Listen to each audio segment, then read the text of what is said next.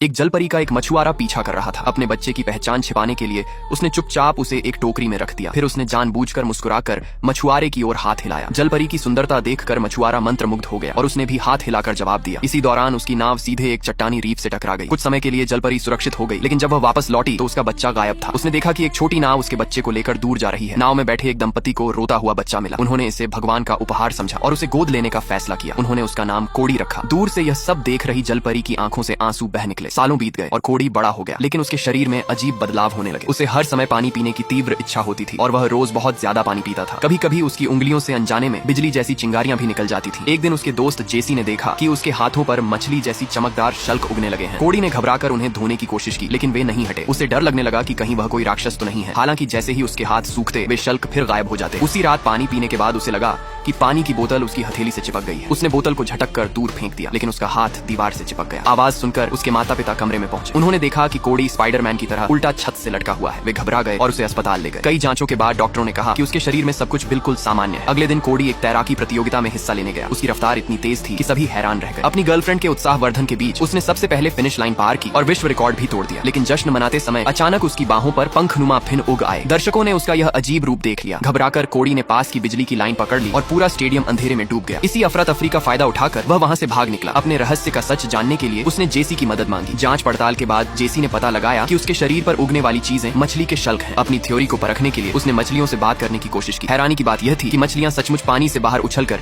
उसकी ओर आने लगी। अब जेसी को शक हो गया कि कोड़ी किसी जलपरी की संतान है। ये सच स्वीकार करना कोड़ी के लिए आसान नहीं था। परेशान होकर वह सीधे समुद्र में कूद गया। जब वह वापस किनारे पर आया तो उसका शरीर फिर बदलने लगा। उसकी बाहों पर फिन उगाई और उसके पैर एक विशाल मछली की पूंछ में बदल गए। दुर्भाग्य से उसी समय वर्षों पहले वाला मछुआरा उसे पकड़ लेता है। डर के मारे कोड़ी कांपने लगता है। तभी उसकी असली जलपरी माँ वहाँ प्रकट होती है। मछुआरा अपनी मशीन चालू करता है और एक बड़ा जाल समुद्र में फेंक देता है। देखते ही देखते जलपरी उस जाल में फंस जाती है। ये देखकर जेसी तुरंत वहाँ पहुंचता है। वह चाकू लेकर पानी में छलांग लगाता है और जाल को काट देता है। जब मछुआरा जाल को ऊपर खींचता है तो उसमें कोई नहीं होता। अचानक जाल ढीला होकर जेसी के पैरों में उलझ जाता है और वह धीरे धीरे समुद्र की गहराई में डूबने लगता है। कोड़ी तुरंत पानी में गोता लगाता है, जेसी को पकड़ता है और उसे किनारे तक ले आता है। लेकिन तब तक जेसी बेहोश हो चुका होता है। कोड़ी अपनी हथेली से बिजली की धारा छोड़ता है, बिल्कुल डिफिब्रिलेटर की तरह, और जेसी की जान बचा लेता है। यह सब देखकर मछुआरे को अपनी गलती का एहसास हो जाता है। वह हमेशा के लिए जलपरी का शिकार करने का विचार छोड़ देता है। अब कोड़ी